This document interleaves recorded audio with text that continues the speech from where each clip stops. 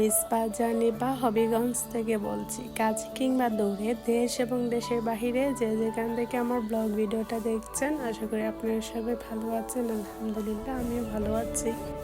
আমার আরেকটা ব্লগের মধ্যে আপনাদেরকে স্বাগতম জানিয়ে আজকে ব্লগটা আমি শুরু করতে যাচ্ছি। তো সকালে চলে আসলাম এখানে পিঠা বানানোর জন্য।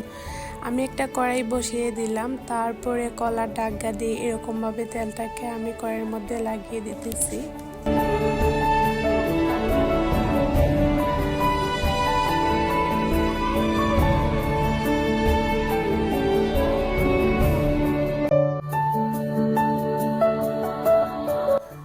তো তারপর তেলটা গরম হওয়ার পরে এখানে কাইটাকে আমি হাত দিয়ে গুলে নিলাম। তো তারপরে হচ্ছে এরকমভাবে চতুর্দিক দিয়ে পিঠাটা আমি ছিটিয়ে দিয়ে দিচ্ছি।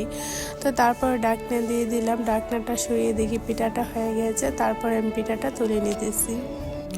আমার ব্লগ ভিডিওটা যদি আপনাদের কাছে কোনো অংশে ভালো লেগে থাকে তাহলে আমার চ্যানেল সাবস্ক্রাইব করে রাখবেন, আর যারা এই কাজটা করে রেখেছেন তাদেরকে অসংখ্য ধন্যবাদ। আর যারা নতুন ভিডিওর মধ্যে জয়েন হয়েছেন তারা আমার চ্যানেলটা চাইলে সাবস্ক্রাইব করে রাখতে পারেন যদি আপনাদের কাছে কোনো অংশে ভালো লেগে থাকে তাহলে।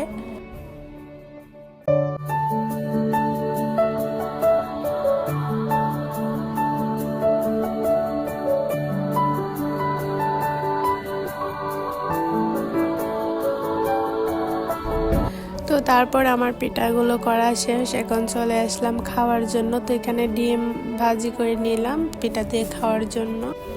আজকের ব্লগ ভিডিওটা এ পর্যন্ত। সবাই ভালো থাকবেন, সুস্থ থাকবেন, আর আমাকে অনেক অনেক সাপোর্ট করবেন। আমার ভিডিওর মধ্যে কোনো অংশে ভুল ত্রুটি হয়ে থাকলে সবাই ক্ষমার দৃষ্টিতে দেখবেন।